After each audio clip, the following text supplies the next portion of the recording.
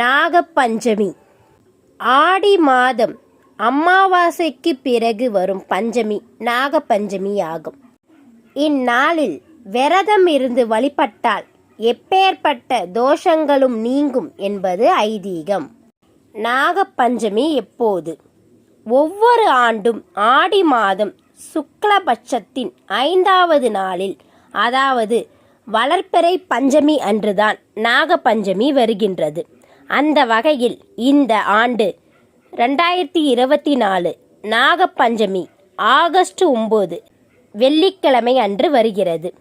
இந்த ஆண்டு வரும் நாகப்பஞ்சமி வெள்ளிக்கிழமையில் வருவதால் மிகவும் விசேஷமானது.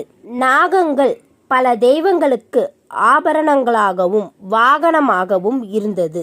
அது மட்டுமின்றி நாகங்கள் மனிதர்களை விட சக்தி வாய்ந்தவர்கள்.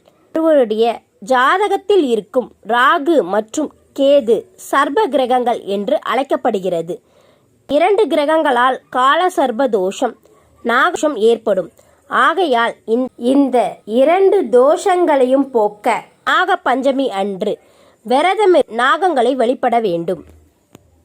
மேலும் நாகங்களை ஆபரணங்களாகவும் வாகனமாகவும் வைத்திருக்கும் கடவுள்களை நாகப்பஞ்சமி அன்று வழிபட்டால் தோஷங்கள் நீங்கும்.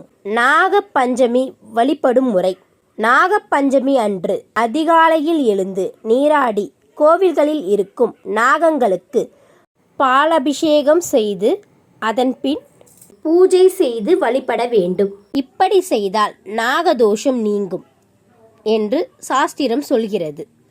ஒருவேளை உங்களால் நாகங்களுக்கு அபிஷேகம் செய்ய முடியவில்லை என்றால் அம்மன் கோவிலில் இருக்கும் பாம்பு புற்றுக்கு பால் வைக்கலாம். பிறகு தேங்காய், மஞ்சள், வெற்றிலை பாக்கு, கற்பூரம் முதலியவை கொண்டு பூஜை செய்து வழிபடலாம்.